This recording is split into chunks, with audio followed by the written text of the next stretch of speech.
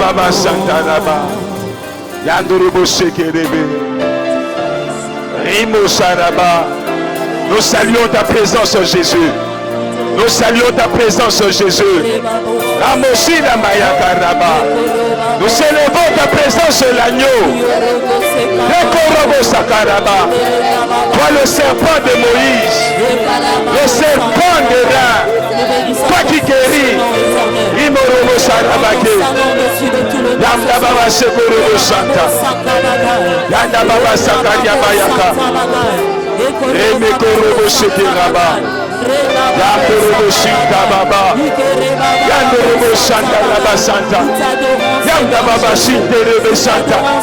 Yanda Baba Shinterebe Shinte. Ekorobo Santa Baba.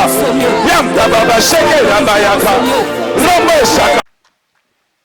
L'histoire que nous venons de lire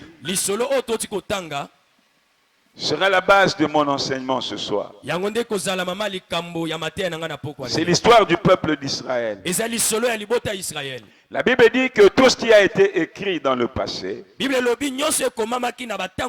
c'est pour notre instruction, pour nous montrer Dieu, pour nous montrer nos vies, pour nous montrer comment nous devons marcher avec Dieu, comment nous devons faire pour vivre la volonté de Dieu. Et donc cette histoire va nous instruire. Toi mon frère qui est là en face de moi, toi qui es dans ta maison, tu es en train de m'écouter, toi qui es de ce côté derrière moi, ce message est pour toi. Jésus est venu te parler à travers moi ce soir. Le peuple d'Israël était sorti de l'Égypte. Il était en marche vers la terre promise. Ils avaient passé assez de temps dans le désert. Et il y a une partie du temps qu'ils ont passé dans le désert qui n'était pas le plan de Dieu pour eux. Et c'est comme ça qu'aujourd'hui aussi, il y a plusieurs personnes qui sont dans un désert interminable. Ils pensent que c'est la volonté de Dieu, alors que selon le plan de Dieu, il devait déjà être sorti du désert de sa vie. Si seulement il pouvait écouter Dieu, si seulement il pouvait marcher avec Dieu, son désert serait déjà terminé. Mais le peuple d'Israël n'avait pas fait la volonté de Dieu. Voilà pourquoi leur désert s'était prolongé. Je suis en train de parler aux gens de toutes catégories. Il y a des chrétiens qui devaient déjà entrer dans la promesse de Dieu, qui devaient voir déjà le plan de Dieu s'accomplir dans leur vie. Mais à cause de leur façon de marcher avec Dieu, leur désobéissance à la parole et à la volonté de Dieu, le désert dans leur vie ne fait que se prolonger. Dieu est Dieu. Dieu n'est pas un homme. Dieu ne réfléchit pas comme nous. Dieu ne comprend pas là où nous nous comprenons. Et là où nous ne comprenons pas, Dieu lui il comprend. Alléluia. Amen. Alors le peuple d'Israël, il est arrivé un moment, ils ont parlé contre Dieu. Et ils ont parlé contre Moïse. Ils ont parlé contre Dieu. Et ils ont parlé contre Moïse. Ils avaient péché. Ils avaient péché. Ce qui était sorti de leur bouche, c'était l'expression de leur cœur. C'était l'image de leur cœur. Ce que nous faisons, ce que nous disons, vient de notre cœur. Si tes actions sont mauvaises, c'est ton cœur qui a un problème. Si tes paroles sont mauvaises, ton cœur a un problème. Alors Dieu ce soir voudrait parler à ton cœur. Mon frère, ma soeur, je suis venu parler à ton cœur. Je n'ai rien contre toi. Peut-être que je ne te connais pas. Et il se pourrait que je te connaisse. Mais rassure-toi, ce soir, je n'ai rien contre toi. Je parle à ton cœur parce que j'ai un désir ici sur terre que tu entres dans la promesse de Dieu, que la promesse de Dieu s'accomplisse dans ta vie, et après la mort que nous puissions nous retrouver dans la gloire de Dieu. La Bible dit ceci: si ton espérance se limite seulement aux choses de la terre, tu es le plus malheureux de tous les hommes. Si ton espérance, la vie pour toi, s'arrête aux choses de la terre, tu es le plus malheureux de tous les hommes. À cause du désert, à cause de la nourriture, à cause de la vie qu'il menait, ils ont commencé à parler contre Dieu. Ils ont commencé à parler en mal contre Dieu. Ils ont parlé contre Dieu. Aujourd'hui, nous voyons des gens qui parlent contre Dieu. Ils disent du mal contre Dieu. Ils pensent qu'en faisant cela, Dieu va faire quelque chose dans leur vie. Écoute-moi ce soir. Si tu vas en enfer, Dieu restera Dieu. Si tu parles contre Dieu, Dieu ne changera pas. Mais c'est toi qui souffriras.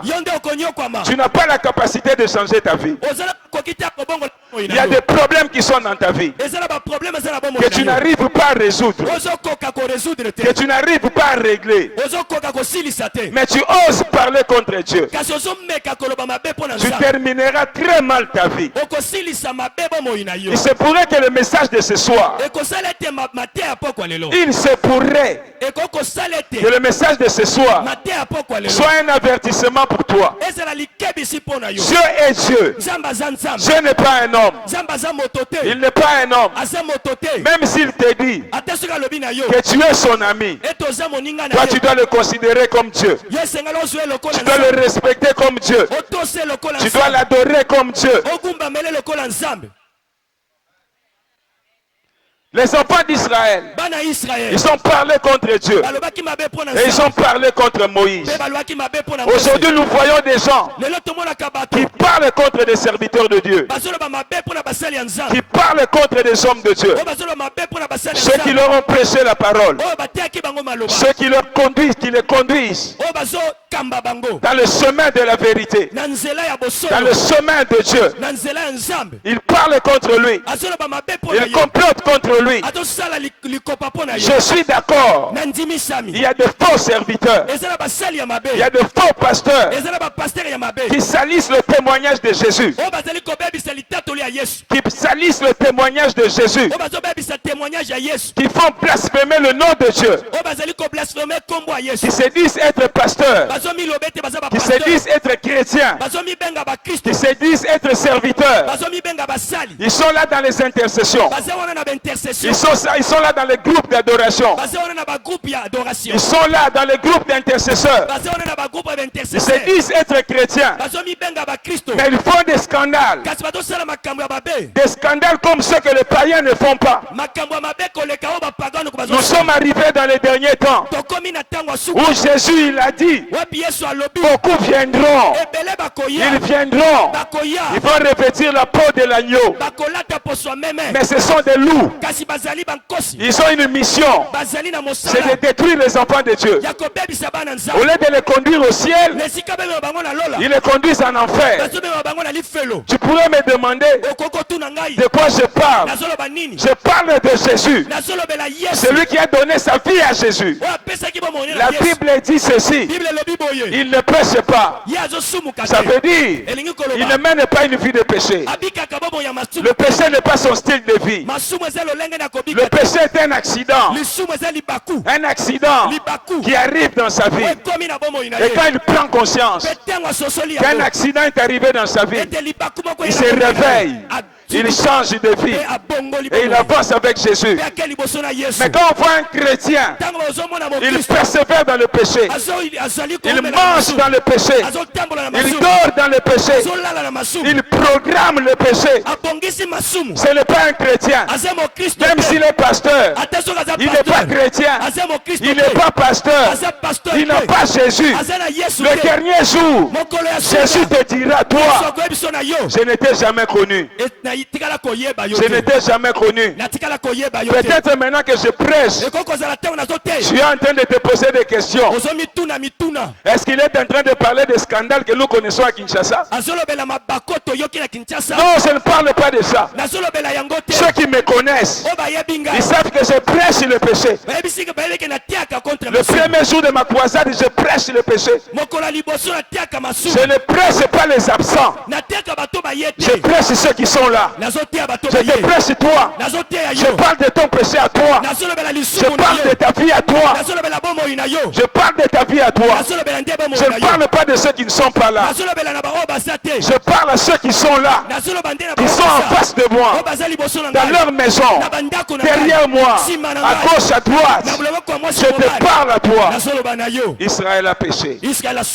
Quand Israël a péché, qu'est-ce qui s'est passé? La Bible dit, Dieu, il a envoyé des serpents brûlants. C'est Dieu qui avait envoyé des serpents brûlants. C'est Dieu qui avait envoyé des serpents pour les mordre et les tuer. Le salaire du péché, c'est la mort. Rassure-toi, je ne suis pas fâché contre toi. Je ne suis même pas fâché. Si je peux être fâché contre quelqu'un, c'est contre le diable. Le diable qui aveugle ta vie. Le diable qui te distrait. Pour te conduire dans la vie du péché. Pour te conduire dans la vie de rébellion. La Bible dit le salaire du péché, c'est la mort. La Bible dit celui qui pêche est du diable. Celui qui pêche est du diable. Ça veut dire quand tu pêches, tu mènes une vie de péché, le diable vient dans ta vie. Parce que quand tu pêches, tu es du diable. Le diable vient dans ta vie. Et quand il vient dans ta vie, il fait trois choses. Jean chapitre 10 verset 10. Il vient pour voler, égorger et détruire. Voilà les trois choses que Satan fait quand il vient dans la vie de quelqu'un. Et dans l'histoire que nous venons de lire, le diable est venu sous la forme d'un serpent. Par la permission de Dieu. Par la permission de Dieu. C'est Dieu qui lui a permis de venir mordre les enfants de Dieu. Et il n'y avait pas de remède. Il n'y avait pas de remède. Non, il n'y en avait pas. Sur la terre. Ce sont des serpents qui sont apparus là. Ils viennent mordre les enfants de Dieu. Et quand ils te mordent, tu as des douleurs atroces. Des douleurs atroces. Et ils s'en suivaient la mort. Tu pouvais prendre le sérum anti-vénin. Tu pouvais prendre tous les médicaments que tu veux. Il n'y avait pas de solution. Dès que ce serpent-là te mord, tu sais une chose. Tu vas mourir. Même si ça prend des années. Même si ça prend du temps. La fin, c'était la mort. La fin était la mort. Et avant la mort, c'était la souffrance. Alléluia. Amen. Beaucoup de gens blaguent avec le péché. Écoutez d'abord dans cette histoire. Après, ils ont pris conscience. Ils ont pris conscience. Ils ont pris conscience. Ils sont allés voir Moïse. Ils ont dit, Moïse, nous avons péché. Nous avons péché contre Dieu et contre toi. Nous avons péché contre Dieu et contre toi.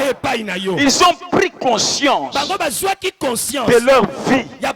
Ils ont regardé ce qui se passe dans leur vie après être mordus par le serpent, ils ont constaté que c'était la souffrance. Ils ont constaté que c'était la maladie. Rien ne marchait. Et ils ont constaté qu'ils allaient lentement, très sûrement vers la mort. Vers la mort. Ils ont vu d'autres en train de mourir. Ils ont vu d'autres tomber, raides, morts. Et ceux qui étaient restés vivants, qui avaient encore la morsure, qui pouvaient quand même marcher un peu, qui pouvaient encore parler un peu, ceux qui pouvaient ramper, ceux qui pouvaient se traîner, ils se sont tirés lentement vers Moïse. Et ils ont dit à Moïse, nous reconnaissons que nous avons péché. Ce qui me fait mal, c'est les gens qui n'aiment pas reconnaître qu'ils sont dans les péchés. Et quand le pasteur lui parle du péché, il se fâche contre le pasteur. Et il prend des décisions. Je ne viendrai plus à l'église. Comme si, quand il vient à l'église, c'est une faveur qu'il nous fait en venant à l'église. Comme si c'est un autre avantage. Et il reste même à la maison. Il dit, je ne viendrai pas jusqu'à ce que on viendra me visiter. Si tu es un pasteur comme moi, je ne viendrai même pas te visiter. Il y a des chrétiens qui ne peuvent pas prendre conscience qu'il mène très mal sa vie. Et ce qu'il est en train de vivre, c'est le résultat de ses actions. C'est le résultat de ses paroles. C'est le résultat de son attitude. La mort, c'est quoi la mort? La mort, c'est la destruction des choses. La mort, c'est la fin des choses. La destruction des choses. La détérioration des choses. La mort peut entrer physiquement. Il y a des gens qui sont morts physiquement. Même quand il marche, vous le voyez un homme, mais en réalité il est déjà mort. C'est déjà un impuissant. Un impuissant. Il est même incapable de satisfaire sa femme sur le lit. Même quand il gronde à la maison, il est mort quelque part. Tellement qu'il est mort, il est devenu nerveux. Il est devenu colérique. Parce qu'il est mort quelque part dans sa vie. Il y a des gens qui sont morts physiquement. Il attend seulement l'extinction de son corps. Les poumons sont pourris. Le cœur est abîmé. Il ne fonctionne plus normalement. Mais il ne regarde pas ce qu'il a fait dans le passé. Et il ne peut même pas reconnaître qu'il s'est mal conduit dans le passé. Il est sorti avec des femmes des gens. Elle est sortie avec des maris des gens. Elle ne s'est jamais repentie. Elle n'a jamais abandonné. Elle n'a jamais demandé pardon à Dieu. Et même quand il vient à l'église, il vient seulement pour demander à Dieu de le bénir. Il vient seulement demander à Dieu la délivrance. Mais il n'a jamais reconnu que dans sa vie il a fait de mauvaises choses. Les enfants d'Israël, avant la guérison, ils sont d'abord reconnus. Ils sont reconnus. Ils ont reconnu. Ils ont pris conscience. Nous avons péché. Nous avons péché. Si quelqu'un ce soir peut dire j'ai péché, quelque chose se passera dans sa vie. Laisse-moi Laisse-moi te révéler une chose, mon frère. La plupart des choses, des malheurs que nous connaissons, la plupart c'est à cause de nos actions. Et beaucoup c'est à cause de nos péchés. Si Dieu pouvait nous révéler ce que chaque péché cause dans nos vies, j'aurais compris. Aujourd'hui, j'avais insulté mon frère. J'avais insulté mon frère. Je te montre. Tu viens d'insulter ton frère. Regarde, tes dettes ne seront pas payées. Satan a bloqué tes dettes. Si Dieu pouvait te révéler, quand tu sors de l'hôtel, ce que Satan a bloqué dans ta vie, tu vas commencer par haïr la fille avec qui tu étais à l'hôtel, ou l'homme là avec qui tu étais à l'hôtel, et tu n'y retourneras pas. Tu n'y retourneras pas. Beaucoup de gens ici, ils sont en train de souffrir, en train de demander le mariage, en train de demander l'argent, en train de demander le travail, mais ils ont le venin du serpent dans leur vie. Le serpent l'a déjà mordu. Le serpent l'a déjà mordu. Depuis le jour où il avait volé, depuis le jour où il était allé chez un féticheur, le serpent l'a mordu. Et la mort circule dans son corps. La mort touche ses affaires. Beaucoup de familles là, les gens n'évoluent pas. Moi je suis dans ces quartiers depuis plusieurs années. Je suis resté à Salongo plusieurs années. Tu vas voir des gens qui pouvaient évoluer, qui avaient des parents, qui avaient des moyens, mais ils n'évoluent pas dans la vie. Pourquoi? Il a le venin du serpent. Il a le venin du serpent. Le serpent l'a déjà mordu. Il est en train de marcher.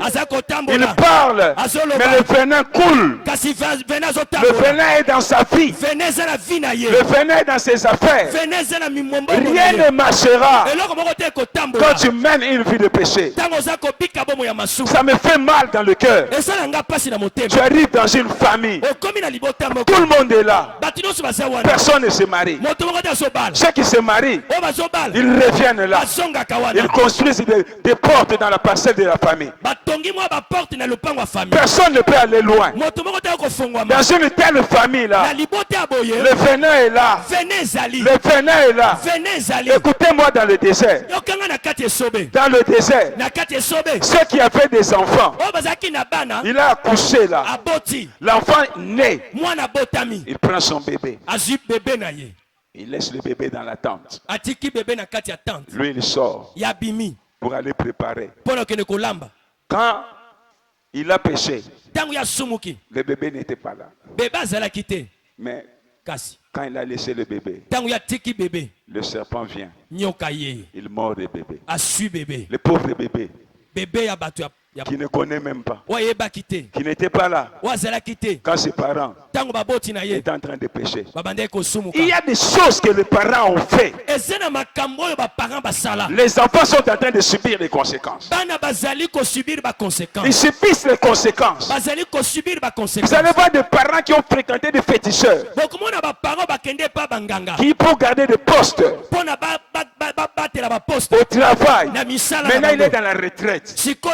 Il est là assis à la maison avec des grandes filles, des grandes filles qui ne se marient pas, qui ne se marient pas. Est-ce que toi papa, ça ne te dérange pas? Ça te fait pas mal au cœur? Si ça te fait mal au cœur, est-ce que tu peux pas prendre conscience que tu t'étais mal comporté, que tu as mal dirigé ta vie, et que tu reviennes voir des hommes de Dieu qui peuvent te montrer le chemin? Quels sont ces parents là? Tu vois des enfants en train de errer dans dans la rue là. Des enfants qui n'avancent pas. Ça ne te fait rien dans ton cœur. Des enfants en train de boire depuis le matin jusqu'au soir. En train de discuter au coin de la rue là. Ça ne te fait pas mal au cœur. Par moment, interroge-toi. Va chercher Dieu pour tes enfants. Et toi aussi, l'enfant qui t'empêche de chercher Dieu. La Bible dit, tous ceux qui étaient mordus, tous ceux qui étaient mordus, même si c'est à cause des parents, si tu regardes seulement le serpent des reins, si tu regardes seulement le serpent des reins, même si tu avais été mordu à cause de ton grand-père, même si tu avais été mordu à cause de ton oncle, même si tu avais été mordu à cause de ton père, il y avait une seule solution dans le désert. Ce n'était pas d'aller déranger son papa. Oh papa, dis-nous qu'est-ce que tu as fait. Oh papa, révèle-moi ton passé. Il y avait une seule solution. Levez les yeux et regardez le serpent des reins. Oh, si ce soir, je te demande de lever tes yeux vers le serpent des reins. Vers le serpent des reins. C'est comme ça. Quand ils sont venus vers Moïse, ils ont dit Moïse. Ils ont dit à Moïse, nous reconnaissons, nous avons péché contre Dieu et contre toi. Nous reconnaissons, nous avons péché. Prie Dieu. Moïse a prié Dieu. Parce qu'il n'y avait pas de solution pour ce serpent-là. La solution ne pouvait venir que de Dieu. Regardez-moi. Il y a un signe indubitable, immanquable, un signe pour lequel il n'y a pas de doute. Quand tu vois dans ta vie que tu fais tout ce que tout le monde fait, tu as déployé toutes les énergies, toute ta force, ta sagesse, ton intelligence. Tu as prié, tu as tout fait, mais tu n'as pas de bons résultats. Les choses n'avancent pas. Sache que le serpent est quelque part dans ta vie. Le serpent est quelque part dans ta vie. C'est comme ça que tu verras des gens. Il ne peut pas avoir un bon travail. Même quand il travaille avec l'argent, il ne fait rien. Le serpent l'a déjà mordu quelque part. Et parfois, je vois des gens, comme je l'ai dit là, il est là alourdi. Il n'a même pas la force d'aller chercher du travail. Mais c'est le venin dans son corps, le venin dans sa vie, qui l'empêche d'aller chercher du travail. Il peut avoir une jolie fille. Elle est intelligente. Elle est instruite. Mais elle ne peut pas se marier. Un homme, quand un homme s'approche d'elle, il la propose en mariage. Après quelques temps, il s'en va aussi vite qu'il était venu. Mais prends conscience. Prends conscience. Sois conscience. Et quand ils sont allés chez Moïse, Moïse a prié Dieu. Dieu a dit à Moïse, fabrique-toi un serpent en airain. En airain. Et tu prendras ce serpent-là. Tu vas le mettre sur une perche. Une longue tige comme celle-là. Tu mettras le serpent d'airain là. Et quiconque a été mordu, qui le regardera, il conservera la vie. Il ne mourra pas. Il conservera la vie. Donc il fallait prendre conscience. Premièrement, d'avoir péché. De reconnaître ses péchés. Amen. Amen. Reconnaître d'avoir mal conduit sa vie.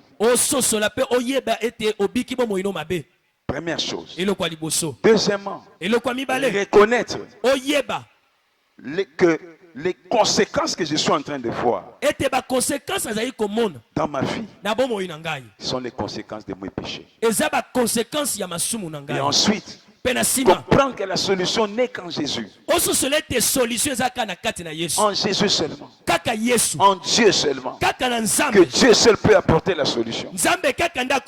Comprends cela. L'âge avance. Tu te bats. Je dis l'âge avance. Tu es en train de te battre. Rien n'avance dans ta vie. Il n'y a que la mort sur la mort. L'échec sur l'échec. Alors que les gens avec qui tu as grandi, ceux avec qui tu as étudié, tu étais plus brillant que eux. Et ils prospèrent. Et ils avancent. Et ils évoluent. Pourquoi pas toi? Pourquoi pas toi?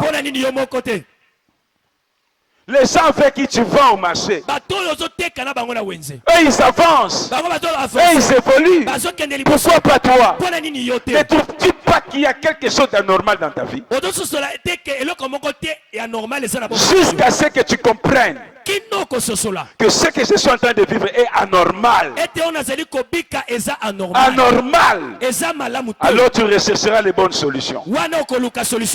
Tu rechercheras les bonnes solutions. Que quelqu'un ce soir se dise, ce que je vis dans ma vie n'est pas normal. Le problème n'était pas le serpent. Ce n'était pas le serpent. C'était un serpent qui ne mourrait pas. Tu peux venir l'écraser. Il ne mourra pas. C'est Dieu qui l'avait envoyé. Il venait avec la permission de Dieu. Tu peux prendre le bâton. Tu le frappes, il ne mourra pas. Tant que tu n'as pas pris conscience de ta vie de péché, Satan ne quittera pas ta vie. Le mari de lui ne quittera pas ta vie. Et tu ne te marieras pas. Et tu souffriras pour avoir l'argent. Quand tu auras un travail, ça terminera. Le diable, il a la permission de Dieu de troubler la vie de quiconque vit dans le péché. Il a la permission officielle de Dieu de troubler la vie de celui qui mène une vie de péché. Il a la permission de Dieu. Quand tu mènes une vie de péché, même si tu es chrétien, l'amour de Dieu fait que Dieu ne laisse pas le diable venir directement dans la vie des chrétiens. Dieu va commencer par t'avertir. Il va commencer à te prévenir. Il va commencer à te parler. Comme ce soir, je suis en train de te parler de la part de Dieu. Mais si tu ne peux pas écouter ce que je te prêche ce soir, un jour, tu viendras nous chercher. Ça risque d'être trop tard. Ça risque d'être trop tard.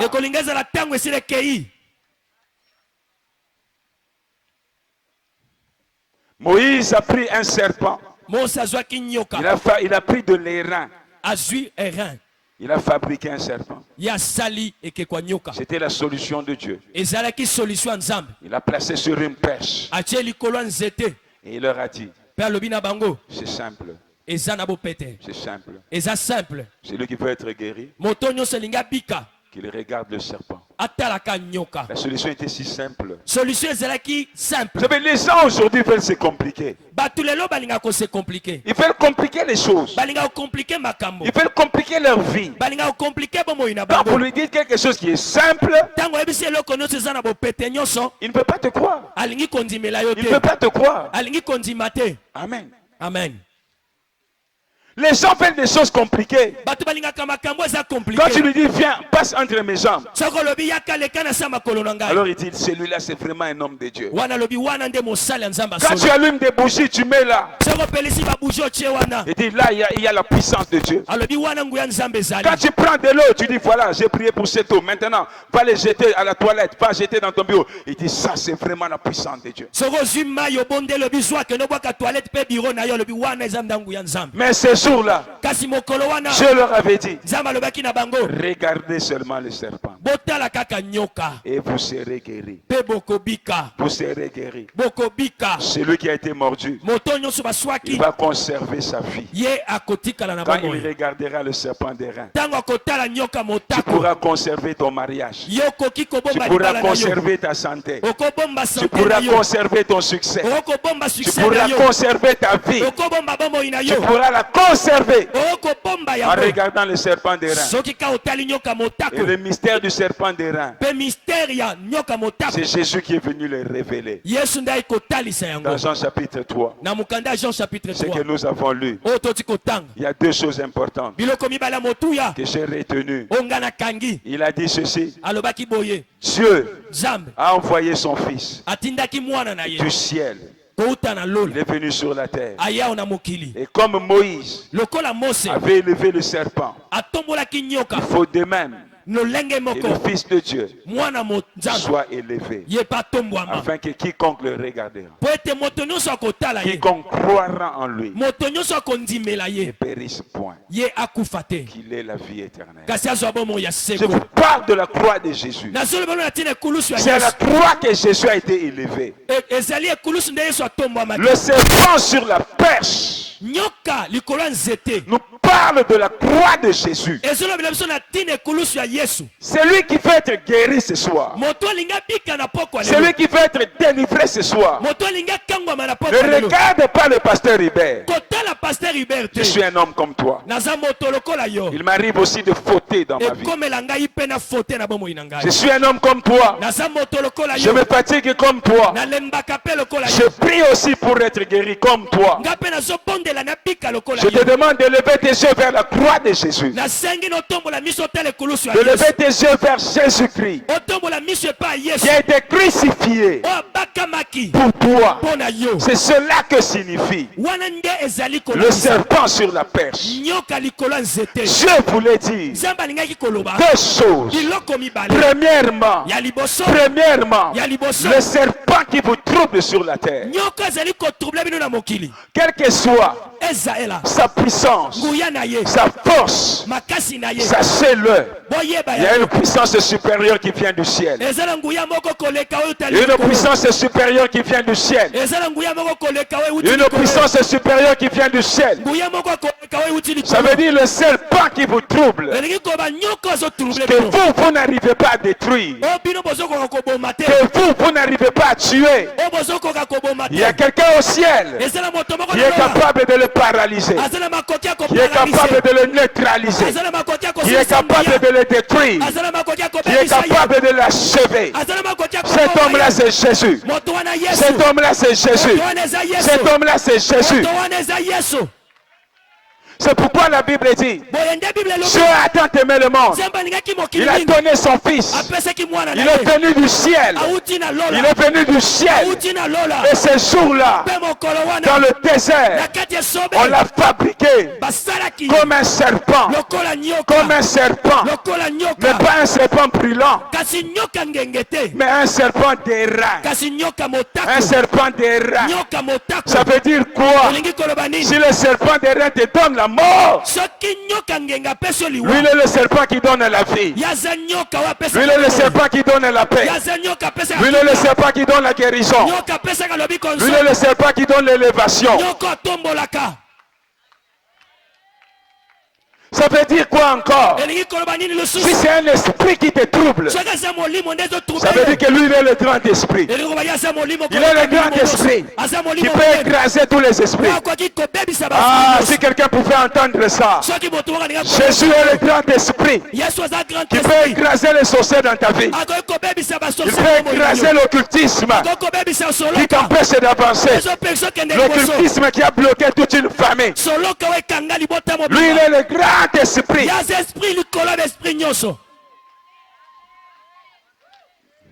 Si c'est un homme qui trouble ta vie, lui il est le grand homme. Il est plus grand que tous les hommes. Il est le fils de l'homme. Il est l'homme parfait. Il est l'homme excellent. Il est le plus beau parmi tous les fils de l'homme. Il n'a aucune tâche. Il est très puissant parmi les fils de l'homme. Et il peut neutraliser tous les hommes. Et il peut neutraliser tous ceux qui veulent détruire ta vie. Qu'est-ce que je suis en train de dire? Quelle que soit la forme que le diable prendra dans ta vie, Jésus-Christ peut le rencontrer dans son propre terrain.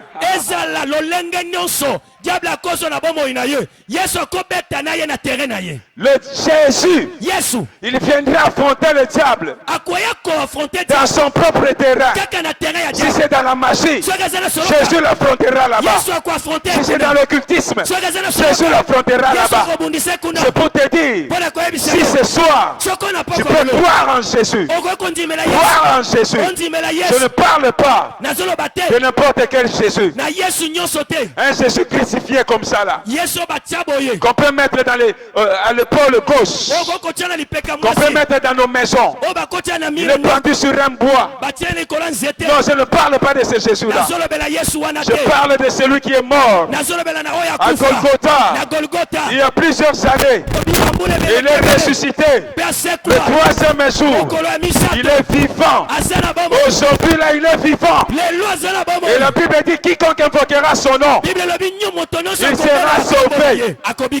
Il est venu sur cette terre à une époque où il n'y avait pas de caméra, où il n'y avait pas de photos, parce qu'il ne voulait pas que nous gardions ces effigies dans nos maisons. Il n'y avait pas d'effigies dans la maison. Je ne parle pas d'un Jésus dont on a des photos dans les églises. Je ne parle pas de celui-là. Je parle de Jésus de Nazareth, l'homme de Galilée, celui qui est invisible aujourd'hui, mais qui se révèle par ses œuvres, qui se révèle par ses actes. Il est vivant éternellement. Et quand on l'invoque, il se manifeste. Quand on croit en lui, il descend pour agir. Il descend pour agir. Il est le Dieu vivant. Il est le Dieu vivant. Le seul Dieu. L'unique Dieu. C'est lui Jésus. C'est lui Jésus. Oh, il est le Père. Et quand il veut venir sur la terre pour sauver les hommes, il devient le Fils. C'est pourquoi la Bible dit Jésus-Christ, il est Dieu manifesté en chair. Parce que Dieu est invisible. Le Père est invisible. Il a dit à Moïse, un homme ne peut pas me voir et rester vivant. Alors quand il voulait que les hommes le voient, il a revêtu la chair. Il a revêtu la chair. Il est entré dans le ventre d'une femme. Et il est né après 9 mois. Et il a marché sur cette terre pendant 33 ans. Pourquoi? Parce qu'il était venu payer le prix. Il est venu payer le prix. Nous terminerons demain. Nous terminerons demain. Il a parlé, il a marché 33 ans. Il a été crucifié à la croix. Crucifié à la croix. Crucifié à la croix. Crucifié à la croix. Pourquoi? C'est la deuxième révélation. Du serpent des reins. Du serpent des reins.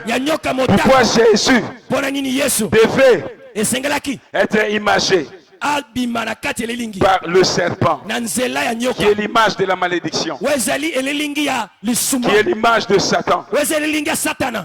Pourquoi Dieu a demandé qu'on fasse un serpent en airain, et qu'on le mette là? La Bible dit ceci. La Bible dit ceci. Celui qui n'a point connu de péché, il n'a point connu de péché, Dieu l'a fait devenir péché pour nous. Où est-ce que Jésus est devenu péché. Pour moi, c'était à la croix. Il a revêtu le péché. Et comme Dieu n'aime pas le péché, comme Dieu ne collabore pas avec le péché, en ce moment-là, Dieu s'est séparé de lui. Dieu l'a abandonné pendant quelque temps pour que le jugement du péché tombe sur lui. Tombe sur lui. À la croix, il a porté le péché. Il a porté le péché. Il est devenu péché. À la croix, il est devenu serpent. À la croix de Golgotha, il a porté mon péché. Il a porté mon impudicité. Il a porté mon mensonge. Il a porté ma cupidité. Il a porté mes avortements.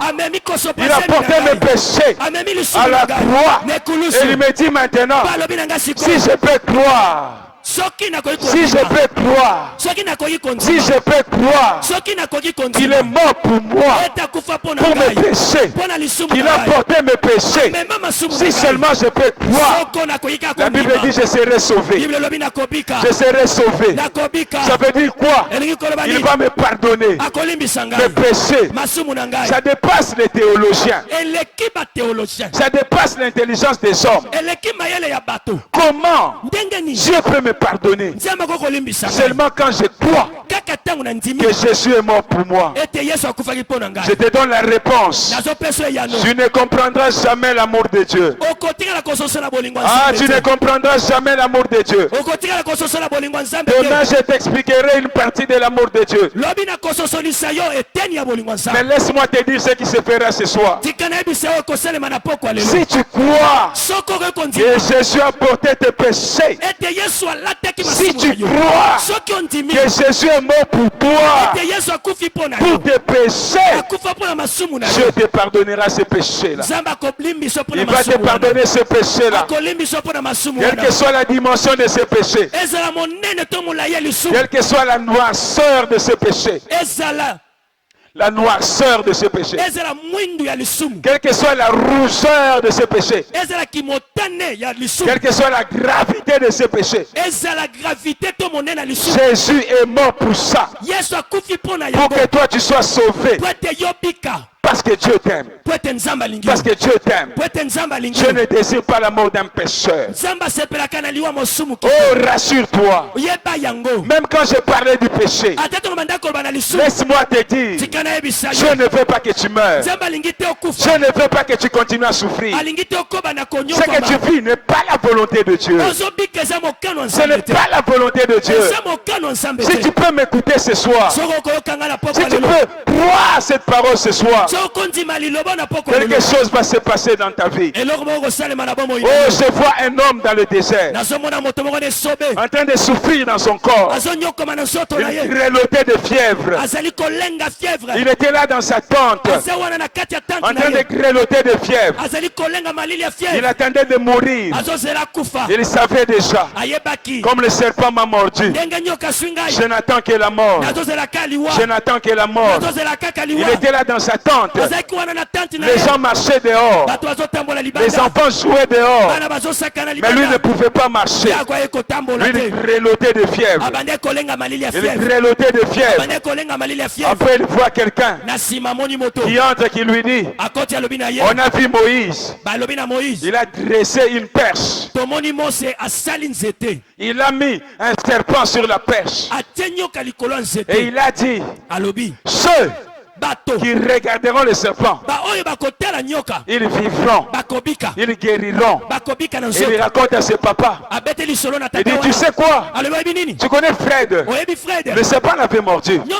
Il était allé, il a regardé le serpent à la perche. Fred est guéri, Fred est sauvé. Écoute sa voix dehors. Le papa est en train de trembler avec la fièvre dans sa tente, avec la fièvre dans sa tente.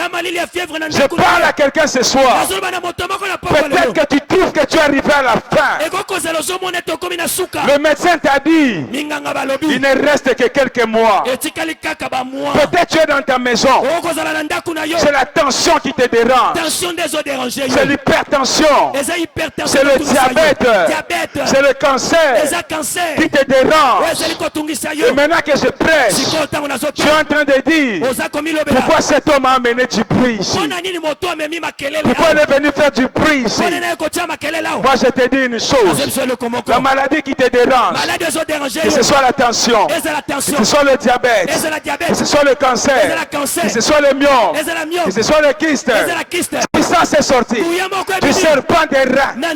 La puissance l'a touché. Il a senti quelque chose dans son corps. Il s'est levé et il était guéri. Cela se fera dans la vie de quelqu'un ce soir. Celui qui regardera à Jésus, celui qui croira à Jésus, la guérison entrera dans sa vie. Jésus te pardonnera tes péchés. Et Jésus te guérira. La troisième chose, dans le serpent des rats, c'est lui qui a porté la guérison. Il a porté la guérison. Notre guérison, c'est à la croix de Golgotha. C'est que le médecin ne peut pas guérir. La croix peut guérir. La croix qui peut guérir. La croix peut guérir n'importe quelle maladie. Jésus n'est pas mort pour lui-même. Il est mort pour toi. Il est mort pour ta maladie. Il est mort pour ton problème. Je vais aller plus loin. Jésus n'est pas mort seulement pour qu'on aille au ciel. Il est mort aussi pour que nous soyons bénis sur la terre. Il est mort pour que nous soyons bénis sur la terre. Pour que nous soyons guéris. Même de la pauvreté. Même du chômage. Même du célibat. Il y a la puissance dans la croix de Jésus. Il y a la puissance dans la croix de Jésus. Voilà pourquoi la Bible dit, quiconque croit en lui ne sera point confondu. Il ne sera point confondu. Il ne sera point confondu. Si tu peux croire en Jésus ce soir, quelque chose va se passer dans ta vie. Jésus va te délivrer de tous les esprits qui te troublent ta vie. Même si le serpent t'avait mordu, parce que tu t'étais fait avorter. Ce soir, je te dis que Jésus est mort pour ce péché-là. Prends seulement conscience. Prends conscience. Reconnais que tu t'es mal comporté. Reconnais comment tu as péché dans ta vie. Et là où tu es, lève tes yeux vers la croix de Jésus. Si tu peux reconnaître, comme les enfants d'Israël, ils ont dit à Moïse, nous avons péché. Nous avons péché contre Dieu et contre toi. Maintenant, prie pour nous. Et Moïse leur dit, venez à la pêche. Venez là où il y a le serpent des reins. Moi aussi je t'appelle ce soir. Même si tu es dans la maison, j'aimerais que tu fasses un petit effort. Comme cet homme, Dieu n'a pas dit, si tu restes dans ta maison, tu penses au serpent des reins. Non, il avait dit, tu dois le regarder. Tu dois le regarder. Tu dois le regarder. Donc si tu es dans une maison, tu dois sortir de cette maison pour regarder le serpent. Pour regarder le serpent. Ce soir je te demande de sortir de ton raisonnement, de sortir de tes pensées et de t'approcher vers la croix de Jésus. De t'approcher vers Jésus pour que tu puisses le regarder, que tu puisses placer ta confiance en lui, que tu puisses croire en lui qu'il est mort pour toi et quelque chose peut se passer dans ta vie. Peut-être que tu as beaucoup prié. Tu peux me dire, Pasteur Hubert, pour mon problème j'ai beaucoup prié. Ce soir je te demande de prier par la foi au nom de Jésus. Ce soir je te demande de prier prier par la foi en la croix de Jésus. Ce soir, tu diras à Dieu, guéris-moi, parce que Jésus est mort pour ça. Ce soir, tu diras à Dieu, bénis-moi, parce que Jésus est mort pour ça. Ce soir, tu diras à Dieu, pardonne-moi, parce que Jésus est mort pour ça. Jésus n'est pas mort pour rien. Il est mort aussi pour le problème qui te dérange. C'est pourquoi nous allons prier ce soir. C'est ça, la quatrième révélation que j'ai pour toi du serpent des reins. Regardez le serpent. C'est invoquer Jésus. C'est appeler Jésus. Appeler Jésus dans sa vie. C'est ce que la Bible dit. Quiconque tourne vers lui le regard, il a le visage qui rayonne de joie. Peut-être que tu as tellement regardé vers le médecin. Tu as tellement regardé vers les hommes. Ils n'ont rien fait pour toi. Ce soir, tu vas invoquer Jésus. Tu vas prier Jésus dans ta vie. Et tu lui diras, je crois que tu es mort pour ça. Tu es mort pour mon péché. Pardonne-moi ce soir. Tu es mort pour ma maladie. Guéris-moi ce soir. Je veux être guéri. Parce que tu es mort pour ça. Je crois que tu es mort pour moi. C'est ce que nous allons faire ce soir. Voilà pourquoi je te demande de te lever. Je te demande de te lever. Nous allons passer un moment de prière. Un moment de prière. Je te prie de bien vouloir te lever.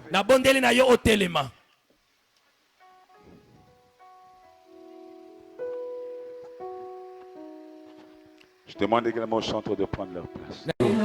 Nayoki maloba na yo. Okufela kingai. Omemaki masumo na ngai. Okufaki pona yango. Yango wana. Nayepai na yo. Natambwisaki vi na ngai. Mabe. Lelo. Nazwi mokano. Je commande à la maladie qui était dans ton corps. Dans ton corps maintenant. Toi maladie. Au nom de Jésus-Christ. Au nom de Jésus-Christ. Libère le corps de mon frère. Libère le corps de mon frère. Libère le corps de ma soeur. Sois guéri maintenant. Sois guéri maintenant. Au nom de Jésus-Christ. Au nom de Jésus-Christ. Reçois la paix. Au nom de Jésus. Reçois la paix. Au nom de Jésus. Reçois la guérison. Au nom de Jésus. Au nom de Jésus. Toute puissance satanique qui troublait la vie de mon frère, qui troublait la vie de ma soeur, je t'ordonne de sortir au nom de Jésus. Puissance démoniaque qui troublait la vie de ma soeur, qui troublait la vie de mon frère, je t'ordonne. Rimo Sarabayaka Babashike. Esprit de serpent. Esprit de serpent. Qui bloque les familles des gens. Qui bloque les filles des gens. Je t'anéantis maintenant. Je t'anéantis maintenant. Au nom de Jésus-Christ.